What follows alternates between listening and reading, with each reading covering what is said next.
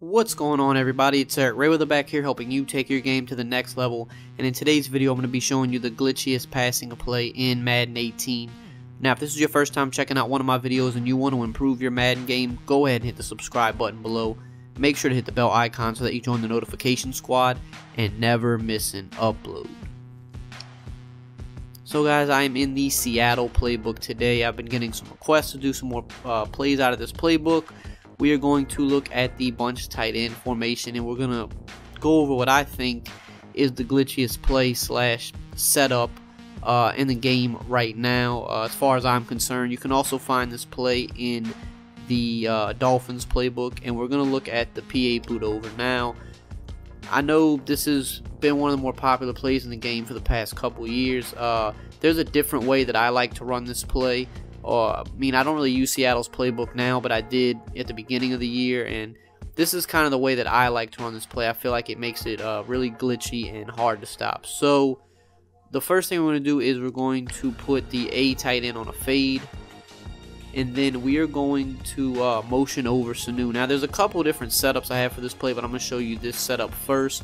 So basically what we're going to do when we motion Sanu over, he's going to like turn into a speed out route, and it's going to be extremely hard for the defense to defend this. The only thing that really will defend this is if the defense is in a formation that has like a slot cornerback on the right. But the most popular sets this year are 3-4 sets, mainly like 3-4 odd, 3-4 under, and nickel 3-3-5. Nickel 3-3-5 does have a slot DB on the left, but not on the right side.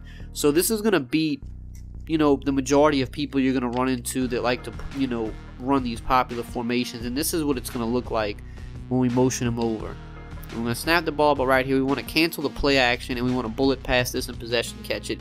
It's going to be an easy 6-yard gain every single time. There we were playing cover 4 hard flat. Here we'll even put him in a cloud flat, and you'll see he's not going to be able to defend this, especially with the play action. It kind of like sucks him down. If you notice, like I'm going to go to the replay here and show this. In order for him to not suck down like that, they need to pass commit. But a lot of people aren't going to pass commit because they're scared to. If you pass commit, you run the ball, you know, people get pancaked, and it's too risky this year to pass commit. So you see like how, watch the linebacker, how he like kind of goes inside before he comes out. That's what the play action does to this. And then we have our wide receiver right here, wide open on the outside. So whether they're in a cover 2, a cover 4, cover 3, it doesn't matter. He's going to be open every single time on the outside. The only thing that's going to defend this is a cover 2 defense, but we have something for that. So you see, just have to bullet pass it, make sure you possession catch it, he'll get his feet down in bounds. Very easy. You're going to force them to have to go over there and manually guard it. Even if they were to slide this guy out a little bit, like I said, if there's a slot cornerback out there, it'll play it a lot better. But if you slide a linebacker out there, he's still going to dip inside. He's not going to play it. So they have to pretty much go out there and manually guard it, or they have to go to cover 2, or they have to come out in a defense that has like maybe like a dollar defense that has a slot cornerback over there.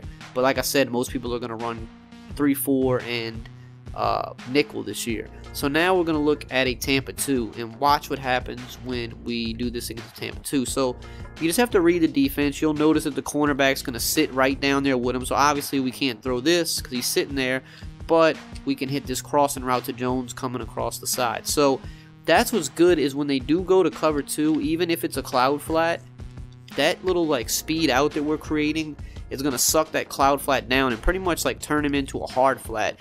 So he's not going to drift back here with this crossing route to Julio Jones, and we're able to pick up an even bigger gain. And a lot of people are starting to run cover 2 now, so that's what makes this just really, really effective, is the fact that with this motion, we're sucking that cloud flat down. It doesn't matter who you have out there, it doesn't matter how good the cornerback is, how good their zone coverage is, they're going to suck down and leave this back end wide open for Julio Jones. So we actually prefer that our opponents go to cover 2 because it's going to give us a bigger gain.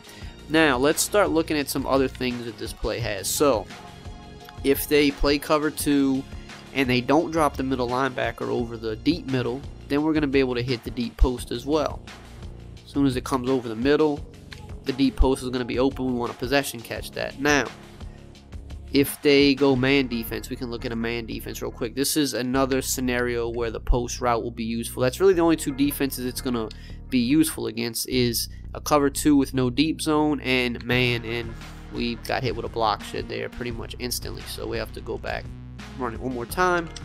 But that's really the only two instances where you're going to want to use the post route, is if they're, you know, running a lot of cover 2 but they're not dropping that middle linebacker, or if they're running a man defense because it gets off the bump, and the cornerback made a really good play on it there. He still didn't get it, but the post will usually get good separation on a cornerback unless he's like a super elite cornerback. It really depends on your wide receiver. The better route running you have there, the more separation you'll create. But now I'm going to show another way that I like to set this up. So let's say we'll just go cover 4. Let's say, I don't know, let's say they have that little out route accounted for somehow, and now they're going to go user, or let's go cover 2 in fact, because it makes more sense. So let's say we're going cover 2, so the out route is going to be accounted for, but now they need to account for the post. So let's say they do this, and then I'm going to put this guy here in a purple because we're going to simulate the user guarding the deep cross. So if you're playing someone and they start kind of adapting to you, and they're saying, okay, we're going to run cover 2, we're going to drop the middle linebacker to take away the post, we're going to use the crossing route, that's when I like to throw this setup at him, where I take the X route, instead of having him on his post, I put him on the hitch route. And what that does is it's going to give us something we can playmaker. So here we go, we run the play. The middle's vacated because, and we got hit with a block shot there. So we'll run it again, but the middle is vacated because they're going to user now. They're going to user that deep cross. So again, we'll put him in this purple to simulate, you know, a user player going over there to guard it. And when you see that, that's when you can playmaker that X route over the middle. So you're really making it tough for your opponent. You're giving them too many things that they have to user guard. So you see we send that over the middle. He ran into the line like an idiot, but we still were able to get, you know, a decent amount of yardage off of it. And those are the wrinkles that you have to throw in with a play like this, because once they start adapting to it, you just need to give them something else they have to think about. It's like, okay, I've got my bases covered here, I've got my bases covered there, but now you're throwing something else completely different at them. You're playmakering that hitch route, which is a very popular tactic in the tournament community. You're playmakering the hitch route into the vacated area of the field, and now that's a third route that they have to manually worry about, and that's what makes this play so hard to stop. Now, I want to show another wrinkle with this play that I really like. So, if they're running cover 3 or cover 4, you can get a one-play touchdown with this tight end here. Now, I have Coleman here. He's actually a fullback, but he's 88 speed. You definitely want some speed here, but this is another little quick wrinkle you could throw at somebody. So instead of motioning over the B receiver, we're going to motion over Y. And I'm going to show you what happens here with the A receiver. So we still want to cancel that play action. And watch what happens. We can get a one-play touchdown with this tight end. Now, he went up for a dumb catch there. That should have been a rat catch, but he went up for like an aggressive catch, which is kind of a problem that people have been noticing, especially after the patch.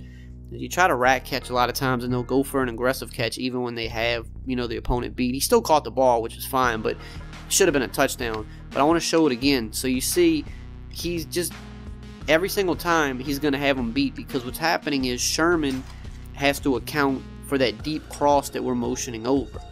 And this works against a cover 3 and a cover 4. So if you're playing someone that's running a lot of that, you can throw this wrinkle at them. And a lot of people, unless they're like really experienced, they're not going to notice the difference of the guy that you're over there that you're motioning a different guy, because for the average player online, they don't necessarily pick up on things like that as often. They'll just say like, oh, he's motioning the guy again.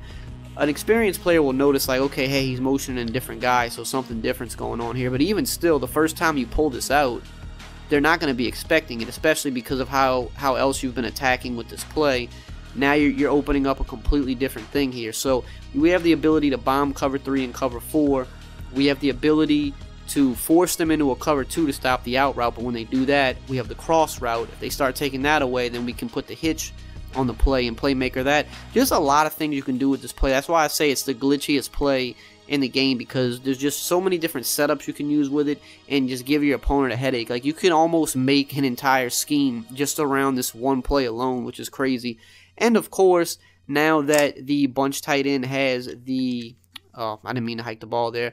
But now that the bunch tight end has the inside zone audible, that makes it even like it really does take it to a different level, because the inside zone is the best shotgun run, and they didn't used to have it in bunch tight end, but now that they do. So the fact that we're using this play action play, you can use the same motion, like motion the guy over. So now they think, oh, you know, he's going to run the same play again. Now you're running the ball, and it's an inside zone.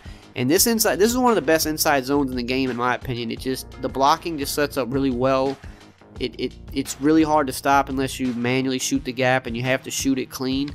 I mean, you have to mix that in with this, because now not only can you get a one-play touchdown, not only do you have a motion route that they have to manually worry about, a crossing route they have to worry about, the possibility of a playmaker hitch, but now they have to worry about the run too. Like I said, you can literally build a whole scheme out of this one play, just so many different hot routes you can use, and this is just a few examples that I wanted to show you. So definitely get this play in your life. It's in Seattle, it's in Miami. If you use a custom playbook, it should definitely be in there. Definitely take this into the game, see what it can do for you. If you guys enjoyed this video, as always, just drop a like, comment, subscribe, and I will see you guys next time.